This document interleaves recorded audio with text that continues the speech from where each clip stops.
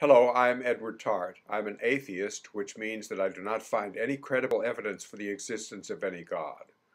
For 6 school years, from 1957 to 1963, I was a seminarian at St. Mary's Seminary in Houston.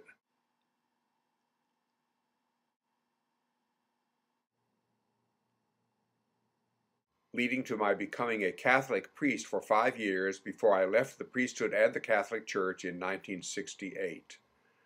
I have made several videos about my seminary memories.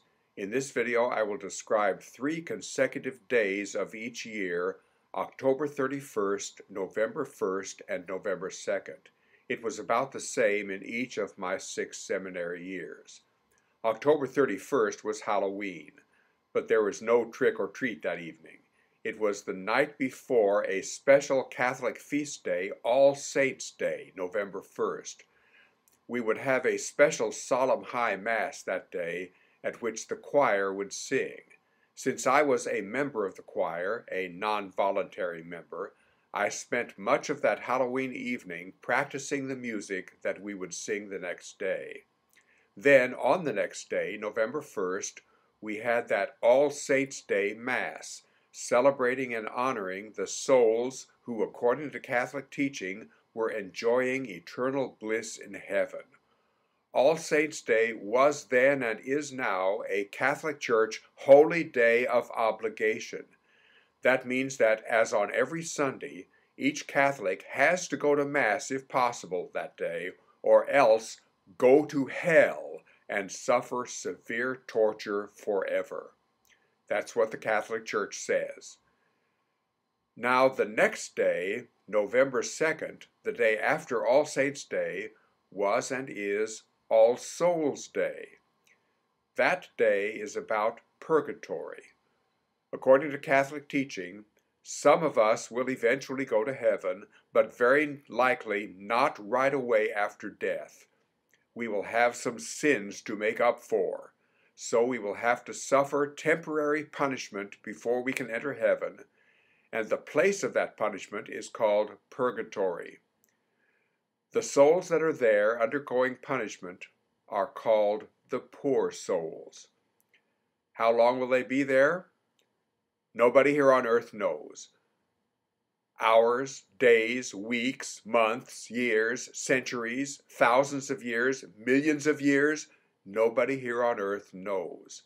But, the Catholic Church teaches, if we pray for the poor souls, God in His mercy will reduce the time that some of them have to suffer in purgatory, and may actually whisk some of them off to heaven immediately. And that is especially true on All Souls' Day, November 2nd. We seminarians were told by our priest teachers that if each of us would enter our seminary chapel, our church, and mumble some specific prayers for a couple of minutes, each time one of us did that on that day, God would immediately take one poor soul out of purgatory and into heaven. But to be really effective, I would have to enter the chapel, say the prayers, leave the chapel, enter again, say the prayers again, leave again, enter again, say the prayers again, leave again, and so on.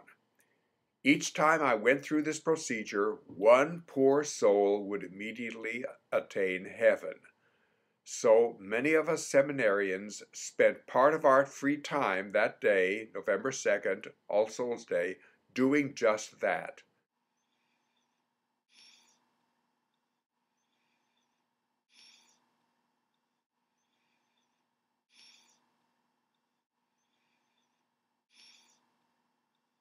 Now, there was and is no solid evidence to support any of this. No solid evidence that purgatory exists, nor that any life after death exists, nor even that any God exists. But that lack of evidence did not stop us seminarians. Our Catholic Church taught all this and commanded us to believe it firmly, or else we would go, not to purgatory, but to hell. So these are my seminary memories for October 31st, November 1st, and November 2nd. Isn't that interesting? To all of you, thank you for watching this video.